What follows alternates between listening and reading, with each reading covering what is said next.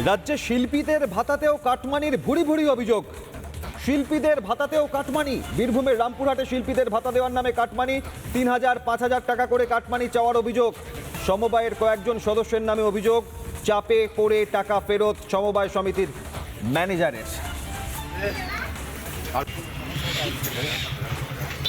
নমস্কার, আপনারা দেখতে পাচ্ছেন বিষ্ণুপুর তেঁতুলিয়া নতুন গ্রাম রেশম তন্তু বাইক কোঅপারেটিভ সোসাইটি লিমিটেড।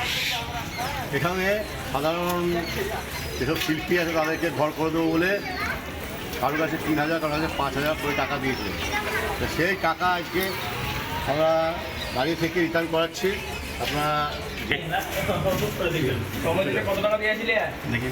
হ্যাঁ, 5.5 কত টাকা পেলে? 3,000 তোর বাড়ি কোথায়? তেঁতুলিয়া। একশো আপনার নামটা বলুন। আদিত্য দাস। আপনি কত টাকা দিয়েছিলেন? আমি প্রথমে 3,000, পরে আবার 500, মানে 3,500। আপনি টাকা ফেরত পেলেন? হ্যাঁ, যেটা তুই তার নাম্বার আছে তো? এখানে লেখা আছে।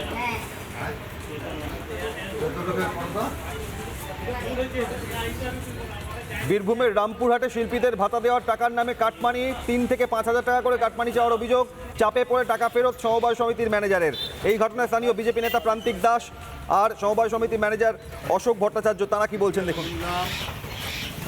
রেশম তন্তু বাইক যারা ছিলেন তারা তন্তুবাই যারা শিল্পী আছে তাদের কাছ থেকে টাকা নিয়েছিলেন ঘর করে দেবো বলে, কিন্তু ঘর করে দিতে পারেনি। তার জন্য এই কেসটা হচ্ছে 2018 সালে। আজকে তারা টাকা রিটার্ন করছে। এই টাকা শিল্পীদের কাছ থেকে যখন নেয় তখন আমি অলরেডি বর্ধমান হসপিটালে ভর্তি, আমার হার্টের অপারেশন ছিল। তারপরে আমার খাতায় আমি দেখতে পেয়েছি 3,000 করে, কারো 1,500, কারো 2,000 জমা, কারো 3,500 আছে, কিন্তু 5,000 টাকা কারো জমা নাই।